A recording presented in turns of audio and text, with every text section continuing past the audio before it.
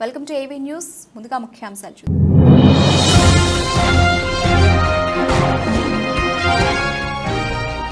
చైనాను ముంచెత్తిన వరదలు 47 మంది మృతి.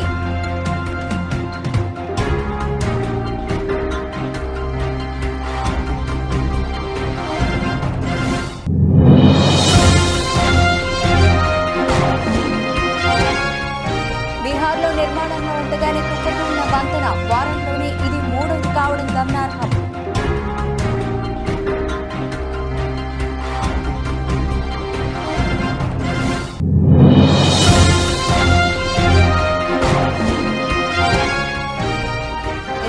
జిల్లాలో వైసీపీ భవనాలు ఏంటి ఈ ప్యాలెస్ల పిచ్చి అంటూ జగన్ పై నారా లోకేష్ ఫైట్.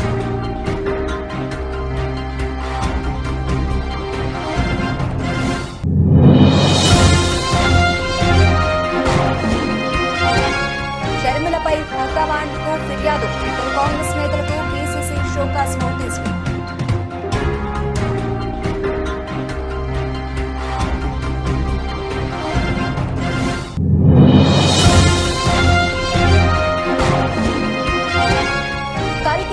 బెంబేలెత్తించే టికెట్ రేట్లు సామాన్యుడు చూడొద్దా అంటున్న విశ్లేషకులు.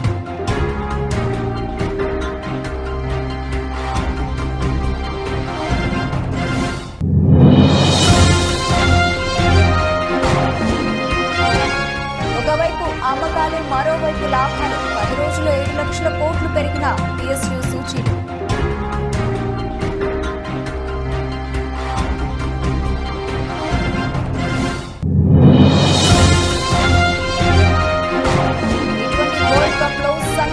ఆస్ట్రేలియాను చిత్తు చేసిన ఆఫ్ఘనిస్తాన్.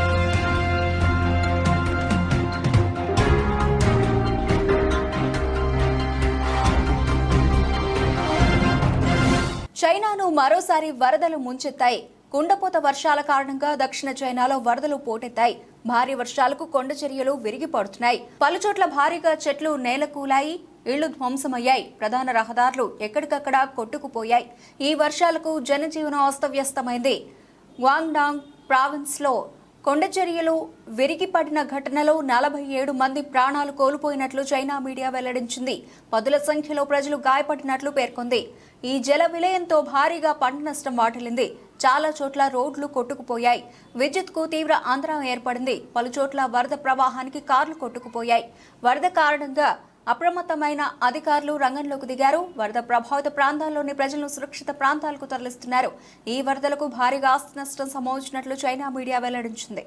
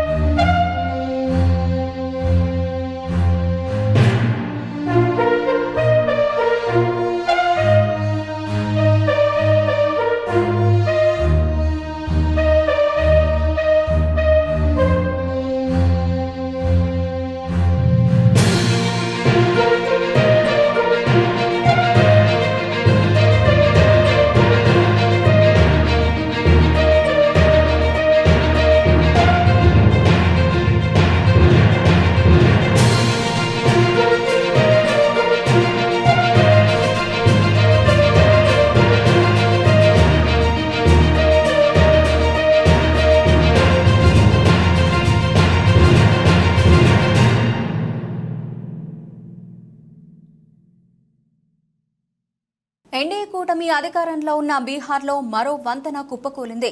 సివాన్ జిల్లాలో చిన్నపాటి వంతెన ఒకటి కూలి 24 గంటలు గడవక ముందే నిర్మాణంలో ఉన్న బ్రిడ్జ్ కూలిపోయింది. మోతీహరిలో 1.5 కోట్ల రూపాయలతో 40 అడుగుల విస్తీర్ణంలో వంతెన నిర్మిస్తున్నారు. ఈ క్రమంలో ఆదివారం రాత్రి 12 గంటలకు అది ఒక్కసారిగా కూలిపోయింది. సిమెంట్, ఇసుక తగిన పాళ్లలో సరిపోకపోవడం, కాస్టింగ్ కోసం ఏర్పాటు చేసిన సెంటరింగ్ పైపు బలహీనంగా ఉండడంతో బ్రిడ్జ్ కూలిపోయిందని గ్రామస్తులు ఆరోపిస్తున్నారు. దీంతో వారం రోజుల్లోనే రాష్ట్రంలో వంతెనలు కుప్పకూలిపోవడం ఇది మూడోసారి. అరిరాయోలని బక్రా నదిపై 12 కోట్ల రూపాయలతో నిర్మించిన బ్రిడ్జ్ ఈ నెల 18న కూలిపోయిన విషయం తెలిసిందే. ఇక జూన్ 22న సివాన్లోని గండక్ కాలువపై వంతెన కుప్పకూలింది. దౌరందా మహారాజాగంజ్ బ్లాక్స్లోని 2 గ్రామాలను కలుపుతూ కెనాల్పై కట్టిన ఈ బ్రిడ్జ్ చాలా ఇండ్ల క్రితం నాటిదని, కెనాల్లోని నీటి ప్రవాహ దాటికి పిల్లర్లు దెబ్బతిని వంతెన కూలిందని జిల్లా కలెక్టర్ ముకుల్ కుమార్ గుప్తా తెలిపారు. మంగళవారం అరారియా జిల్లాలో కొత్తగా నిర్మించిన 180 మీటర్ల పొడవైన బ్రిడ్జ్ కుప్పకూలిపోవడం సంచలనం రేపింది. దీంతో నదులు, కాలువలపై నిర్మించిన వంతెనల పటిష్టతపై పలు అనుమానాలు తలెత్తుతున్నాయి. రాష్ట్ర ప్రభుత్వం చేపడుతున్న పబ్లిక్ వర్క్స్ లో నాణ్యత లోపాలు, అక్రమాల వల్లే ఈ ఘటనలు జరుగుతున్నాయని సర్వత్రా ఆందోళన వ్యక్తమవుతోంది.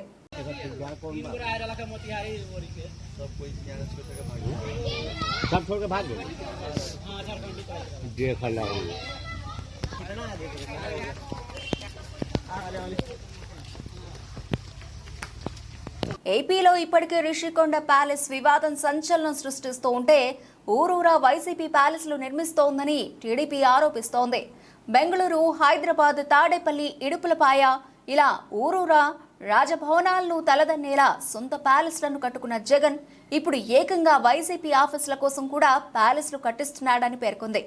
ఇది కూడా అనుమతి లేకుండా ప్రజాధనంతోనే నిర్మిస్తున్నారని ఆరోపించింది. ఏపీలోని 26 జిల్లాల్లో 42.24 ఎకరాల ప్రభుత్వ భూమిని తన పార్టీ ఆఫీసుల కోసం వైఎస్ జగన్ కేటాయించారని టీడీపీ తన ట్విట్టర్ ఖాతాలో పేర్కొంది. 688 కోట్ల రూపాయల విలువైన ఈ భూమిని కేవలం ఎకరానికి 1000 రూపాయల నామమాత్రపు ధరకే లీజుకు తీసుకున్నారని విమర్శించింది. ఈ స్థలంలో 500 కోట్ల రూపాయలకు పైగా ప్రజాధనాన్ని ఖర్చు పెడుతున్నారని తెలిపింది. ఈ 26 భవనాల్లో ఒక్క ప్రకాశం తప్ప ఏ భవనానికి కూడా అనుమతులు లేవని చెప్పింది. కాగా 26 జిల్లాలో వైసీపీ భవనాల నిర్మాణంపై ఏపీ మంత్రి నారా లోకేష్ కూడా తీవ్ర ఆగ్రహం వ్యక్తం చేశారు. ఆంధ్రప్రదేశ్ రాష్ట్రం నీ తాత రాజిరెడ్డి జాగిరా అని వైఎస్ జగన్ ను ప్రశ్నించారు. వైసీపీ కోసం 26 జిల్లాలో 42 ఎకరాలకు పైగా 1000 రూపాయల నామమాత్రపు లీజుకి 33 ఏళ్లకు కేటాయించుకున్నావు. జనం నుంచి దోచుకున్న 500 కోట్ల రూపాయలతో ప్యాలెస్లు కడుతున్నావు అని మండిపడ్డారు. జగన్ ఒక్కడి భూదాహానికి కబ్జా అయిన 600 కోట్లకు పైగా విలువైన 42 ఎకరాల్లో 4200 మంది పేదలకు సెంటు స్థలాలు ఇవ్వొచ్చని అన్నారు. ఆయన విలాసాల ప్యాలెస్ల నిర్మాణానికి అయ్యే 500 కోట్ల రూపాయలతో 25,000 మంది పేదలకు ఇళ్లు కట్టి ఇవ్వవచ్చని తెలిపారు. ఏంటి ఈ ప్యాలెస్ల పిచ్చి, నీ ధనదాహానికి అంతులేదా అని మండిపడ్డారు.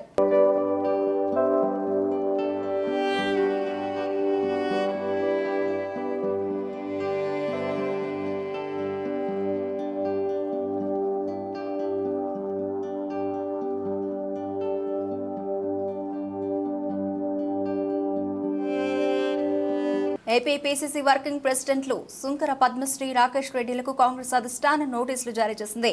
పార్లమెంట్ ఎన్నికల సమయంలో ఏఐసీసీ వ్యవహారాల incharge Manickam Tagore, AP PCC అధ్యక్షురాలు వైఎస్ షర్మిల అవినీతికి పాల్పడ్డారంటూ ఆరోపణలు చేసినందుకు గాను పీసీసీ ఈ నిర్ణయం తీసుకుంది. ఈ మేరకు వారిద్దరికీ పీసీసీ క్రమశిక్షణ సంఘం చైర్మన్ లింగశెట్టి ఈశ్వరరావు షోకాజ్ నోటీసులు పంపించారు. పార్టీ వ్యతిరేక కార్యక్రమాలకు పాల్పడమే కాకుండా తిరుగుబాటు గ్రూపులతో కలిసి మీడియా సమక్షంలో తీవ్రమైన ఆరోపణలు చేశారని, పార్టీ ప్రతిష్టకు, నాయకత్వానికి నష్టం కలిగించారని సుంకర పద్మశ్రీ, రాకేష్ రెడ్డిలకు పంపించిన నోటీసులో పేర్కొన్నారు. వారు చేసిన ఆరోపణలపై వారం రోజులుగా వివరణ ఇవ్వాలని ఆదేశించారు. రాష్ట్రంలో కాంగ్రెస్ పార్టీ ఓటమికి షర్మిల ఒంటెద్దు పోకడలే కారణమని AP PCC working president Sunkara Padmasri, Rakesh Reddy ఇటీవల అధిష్టానానికి ఫిర్యాదు చేశారు.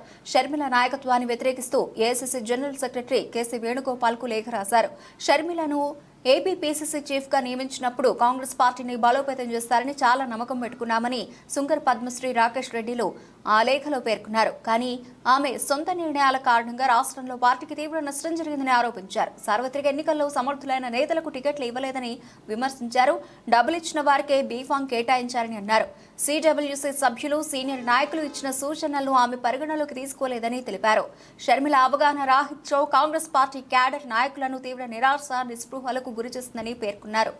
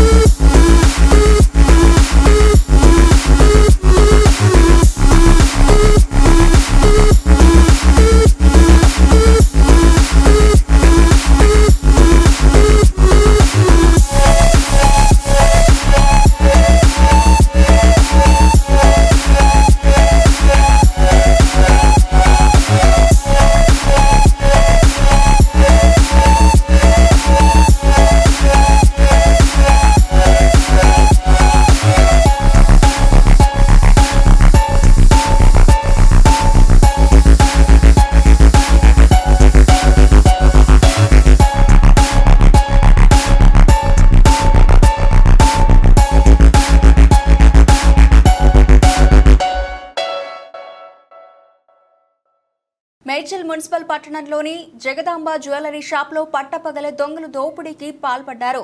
పోలీస్ స్టేషన్ పక్కనే గల జగదాంబ జ్యువెలరీ షాపులో గుర్తు తెలియని దుండగులు బుర్కా ధరించి షాపు యజమాని శేషారంపై కత్తితో దాడి చేశారు. అతడి ఛాతీపై పొడిచి షాపులోని నగలను తన బ్యాగ్లో వేయమని అరిచాడు. అనంతరం నగల షాపులోని బంగారు ఆభరణాలను దోచుకెళ్లారు. దుకాణానికి వచ్చిన ఇద్దరు దుండగుల్లో ఒకరు బుర్కా ధరించాడు. వారు పల్సర్ బైక్ పై వచ్చారు. బంగారు దుకాణంలో చోటు చేసుకున్న ఘటనపై సీసీ ఫుటేజ్లు రికార్డ్ అయ్యాయి. దీంతో దుండగులు ఫోటోలు వెలుగు చూశాయి. షాపు యజమాని ఫిర్యాదు మేరకు పోలీసులు అక్కడ చేరుకుని వివరాలు సేకరించారు. కేసు నమోదు చేసి దర్యాప్తు చేస్తున్నారు. అక్కడ ఒక జ్యువెలరీ షాప్ లో వచ్చి ఓనర్ వాళ్ళకి అటాక్ చేసి దాడి చేసి attempted to take away some things, కానీ అది సక్సెస్ఫుల్ కాలేదు. వాళ్ళు పారిపోయారు అండ్ అది బాగా వైడ్లీ రిపోర్ట్ అయింది. సో దాంట్లో మన తరఫ్ సైబరాబాద్ సైడ్ నుంచి Medchal police, CCS and SOT కలిసి మల్టిపుల్ టీమ్స్ చేసి yesterday evening kala they had apprehended two of the offenders. Apprehend chesi valki further interrogation and investigation చేసి వాళ్ళకి రిమాండ్ చేస్తారు. సో దీంట్లో 3 members were involved and one of them వాడు help చేశాడు వాళ్ళకి to get the వెహికల్లో తీసుకురావడం అండ్ అక్కడ అబ్జర్వ్ చేయడానికి. So rest of the details I will ask DCP crimes and DCP Medchal to tell you. So this was the case. అది it was being reported that బయట నుంచి ఉన్న వాళ్ళు బయట నుంచి వచ్చిన గ్యాంగ్స్ ఉన్నాయి, but it was all local పీపులే ఫ్రమ్ హైదరాబాద్. చెప్పేస్తాను అబ్బాయి వాళ్ళందరూ అలర్ట్ కావడం, అతను కూడా చోర్ అని ఆ ఓనర్ మొత్తుకోవడం తోటి అలర్ట్ అయ్యేసరికి వీళ్ళు కూడా పారిపోవడం జరిగింది. ఇమీడియట్ గా మనకి ఇన్ఫర్మేషన్ రావడంతో విత్ ఇన్ 10 to 15 minutes లో మన టీమ్స్ అన్ని కూడా పోలీస్ స్టేషన్ పక్కనే ఉండటము, అక్కడ ఉన్నటువంటి క్రైమ్స్, ఎస్ఓటి అందరూ కూడా ఇమీడియట్ గా టీమ్స్ ఫామ్ చేసుకొని దాదాపు 200 CC cameras entry exit points identify చేయడం. మనం చూస్తున్న ప్రాసెస్ లో బైక్ ఆ పక్కనే దగ్గరలో నియరెస్ట్ ప్లేస్ లో ఒక 1 kilometer దూరంలో దాన్ని పడేసిపోవడం, దాని తర్వాత దాన్ని బైక్ ని చూసినప్పుడు దాని నెంబరు అందరూ ట్రేస్ చేయడం, ఇమీడియట్ గా ఆర్టీఏ యాప్ లో పోయి ఆ ఓనర్స్ పర్టికులర్ చూసుకుంటే అది మన ఓయూ ఉస్మానియా యూనివర్సిటీ పరిధిలో ఉన్నటువంటి అబ్సిగూడ ఏరియాలో అది ఒక 4 days బ్యాకే స్టోలెన్ అయింది. ఇమీడియట్ గా ఆ ఓనర్స్ ని కన్సల్ట్ చేసి అక్కడి నుంచి కూడా మనం సీసీ ఫుటేజ్ కలెక్ట్ చేసి దాని రూట్ అంతా కూడా ఓయూపీఎస్ నుంచి అప్ టు చాదర్గఢ్, మీర్ చౌక్, చార్మినార్ వరకు కూడా దాదాపు అన్ని టీమ్స్ ఫాలోఅప్ చేసి అక్కడ రీసెంట్ గా వీళ్ళు చాదర్గఢ్లో అయినటువంటి రాబరీలో కూడా ఇన్వాల్వ్ కావడము, అప్పటికే మన వాళ్ళందరూ కూడా జైల్ రిలీజ్ పర్సన్ తీసుకోవడము, వాళ్ళ యొక్క ఇంటరాక్షన్ రిపోర్ట్స్ స్టడీ చేయడము, ఎక్కడైతే సీసీ ఫుటేజ్ క్లారిటీ వచ్చిందో అక్కడ ఈ పర్సన్ చాదర్గఢ్లో ఇన్వాల్వ్ అయిన పర్సన్ ఐడెంటిఫై చేసుకొని ఇమీడియట్ గా ఐఆర్ లో ఉన్న నెంబర్స్ ఆధారంగా మనం A1 అజీజ్ కొటాడియా అని మనం ఐడెంటిఫై చేసి పట్టుకోవడం జరిగింది. ఫస్ట్ అసలే ప్రభాస్ సినిమా, అందులో అమితాబ్ బచ్చన్, దీపికా పదుకొనే, కమల్ హాసన్ లాంటి భారీ తారాగడం. బడ్జెట్ ఏమో 700 కోట్ల రూపాయలు. విజువల్స్ చూస్తే హాలీవుడ్ స్థాయికి ఏమాత్రం తక్కువగా లేవు. ఇలాంటి సినిమా అంటే టికెట్ రేటు కొంచెం ఎక్కువైనా ప్రేక్షకులు వెనకాడరు. మామూలుగానే పెద్ద సినిమాలకు రేట్లు పెంచుతారు కాబట్టి కల్కి విషయంలోనూ ఎక్కువ రేట్లు పెట్టి టికెట్లు కొనడానికి ప్రేక్షకులు రెడీగానే ఉన్నారు. అయితే ఈ చిత్రానికి మామూలుగా పెద్ద సినిమాలకు పెట్టే దానికంటే ఎక్కువ ధరలే పెట్టాల్సి ఉంటుంది. తెలంగాణ వరకు ఈ సినిమాకు టికెట్ల ధరలు ఖరారయ్యాయి. సింగిల్ స్క్రీన్లలో 75 రూపాయలు, మల్టీప్లెక్స్లలో 100 రూపాయల రేట్లు పెరగనున్నాయి. రెగ్యులర్ షోల వరకు ప్రీమియం సింగిల్ స్క్రీన్లకు ట్యాక్స్లతో కలిపి 265 రూపాయలు, మల్టీప్లెక్స్లకు 413 రూపాయలుగా రేట్లు ఫిక్స్ చేశారు. అయితే కల్కి 3D సినిమా కాబట్టి 3D గ్లాసులకు అదనపు ధర చెల్లించాల్సి ఉంటుంది. హైదరాబాద్లోని ప్రసాద్ మల్టీప్లెక్స్లో టాప్ క్లాస్ 3D గ్లాసెస్కు 100 రూపాయల దాకా తీసుకుంటారు. అంటే కల్కి సినిమాను అక్కడ చూడాలంటే 513 రూపాయలు పెట్టాల్సి ఉంటుంది. ఇదిలా ఉండగా కల్కికి తెలంగాణలో తెల్లవారుజామున 5:30 ప్రీమియర్ షోలు వేయబోతున్నారు. మామూలుగా తెల్లవారుజామున షోలకు రెగ్యులర్ రేట్లు ఉంటాయి, కానీ కల్కికి మాత్రం 5:30 షోలకు స్పెషల్ రేట్లు పెడుతున్నారు. దీని ప్రకారం సింగిల్ స్క్రీన్లు, మల్టీప్లెక్స్లు అన్నింటికీ కలిపి ఏకమొత్తంగా 200 రూపాయలు అదనపు రేటు పెట్టేశారు. సింగిల్ స్క్రీన్ ధర 377 రూపాయలు కాగా మల్టీప్లెక్స్ టికెట్ రేటు 495 రూపాయలుగా ఉండబోతోంది. కల్కికి ఉన్న క్రేజ్ దృష్ట్యా హైదరాబాద్లో ఉన్న, తెలంగాణలో ఉన్న ప్రతి థియేటర్లో 5:30కు షో పడుతుందనడంలో సందేహం లేదు. ఆ షో చూడాలంటే ప్రేక్షకుల జోబులకు బాగానే చిల్లు పడుతుంది. ఈ రేట్లు మరీ ఎక్కువ అనే అభిప్రాయాలు వ్యక్తమవుతున్నప్పటికీ కల్కి స్థాయి సినిమాకు అంత రేటు పెట్టొచ్చని, అందుకు తగ్గ వినోదాన్ని, ప్రత్యేక అనుభూతిని సినిమా ఇస్తుందనే ఆశించవచ్చు. ఆంధ్రప్రదేశ్కు సంబంధించి ఇంకా టికెట్ల ధరలు ఖరారవ్వలేదు.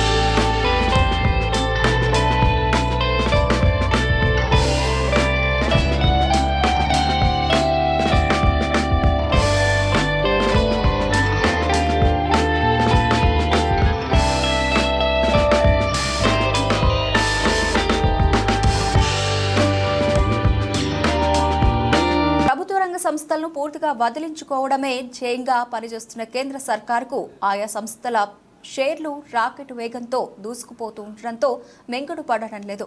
నరేంద్ర మోదీ సర్కారు అధికారంలోకి వచ్చిన తర్వాత ఈ సంస్థను వదలడం లేదు. ఏకంగా రికార్డు స్థాయి లాభాలను ఆర్జించిన సంస్థలను సైతం అమ్మకానికి పెట్టారు.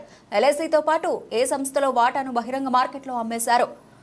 మరోవైపు ఈ సంస్థల షేర్లు రాకెట్ వేగంతో దూసుకుపోతున్నాయి. నరేంద్ర మోదీ సర్కారు మూడోసారి అధికారం చేపట్టిన నాటి నుంచి ఆయా సంస్థల షేర్లు భారీగా లాభపడ్డాయి. ముఖ్యంగా గత 10 రోజుల్లో పిఎస్యుల షేర్లు 7 లక్షల కోట్ల రూపాయల మేర పెరగడం విశేషం. పిఎస్యులను తెగనమ్మేస్తామని ఇటీవల కేంద్ర ఆర్థిక మంత్రి నిర్మలా సీతారామన్ స్పష్టం చేసినప్పటికీ ఆయా షేర్లు మాత్రం మదుపర్లు ఎగబడి కొనుగోలు చేస్తున్నారు. ఆయా సంస్థలు పెట్టుబడులు పెడితే భవిష్యత్తులో అధిక రాబడి వచ్చే అవకాశం ఉంటుందన్న అంచనాతో దేశీయ, విదేశీ మదుపర్లు అధికంగా కొనుగోలు చేస్తున్నారని మార్కెట్ విశ్లేషకులు వెల్లడిస్తున్నారు. వీటికి తోడు ప్రస్తుత ఆర్థిక సంవత్సరం తొలి త్రైమాసికంలో పిఎస్యులు అంచనాలకు మించి రాణించడం కూడా మదుపర్లలో ఉత్సాహాన్ని నింపింది.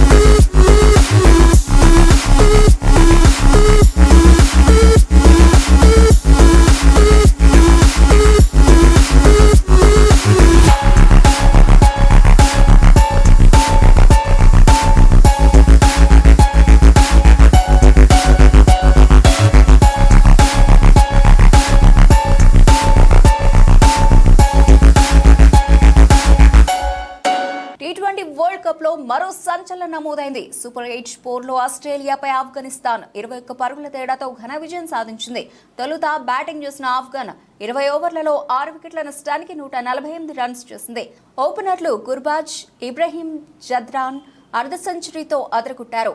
ఆసీస్ పేసర్ ప్యాట్ కమిన్స్ టీ20 ప్రపంచ కప్లో వరుసగా రెండోసారి హ్యాట్రిక్ వికెట్లు తీశారు.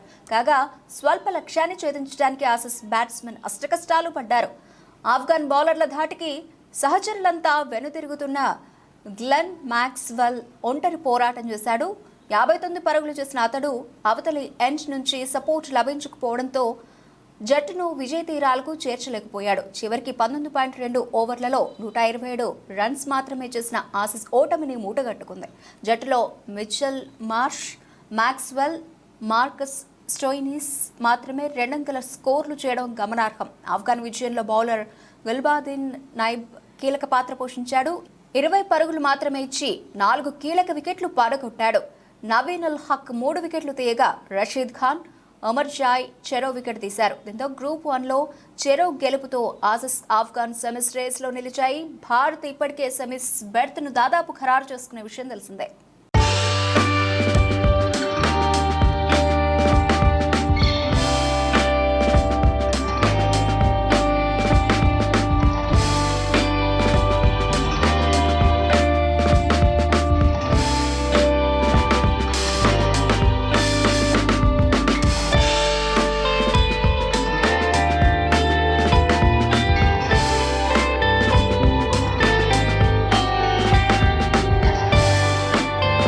ముగించే ముందు హెడ్లైన్స్ మరోసారి.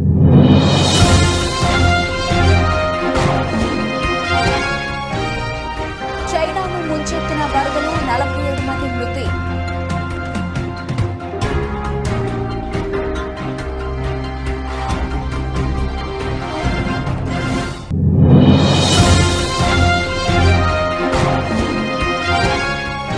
బీహార్లో నిర్మాణంలో ఉండగానే కుప్పకూలిన వంతెన, వారంలోనే ఇది 3వది కావడం గమనార్హం.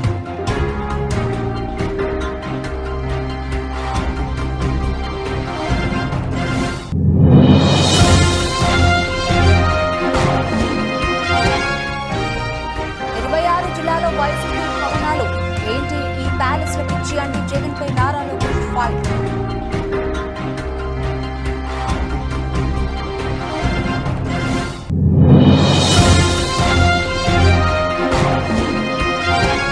షర్మిలపై హైకమాండ్కు ఫిర్యాదు, ఇద్దరు కాంగ్రెస్ నేతలకు పీసీసీ షోకాస్ నోటీసులు.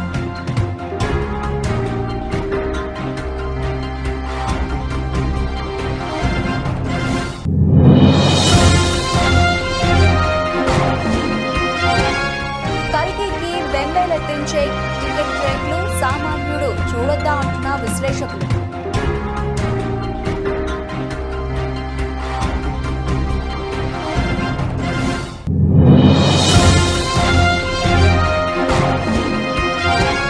ఒకవైపు అమ్మకాలు, మరోవైపు లాభాలు. 10 రోజుల్లో 7 లక్షల కోట్లు పెరిగిన PSU సూచీలు.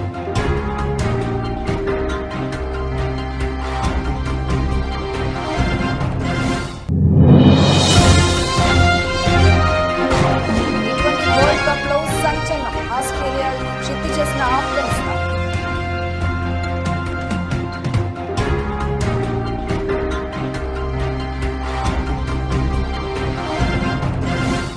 ఇవి ఇప్పటివరకు వచ్చిన అప్డేట్స్. మరిన్ని అప్డేట్స్తో మళ్ళీ కలుద్దాం. అంతవరకు సెలవు. నమస్తే.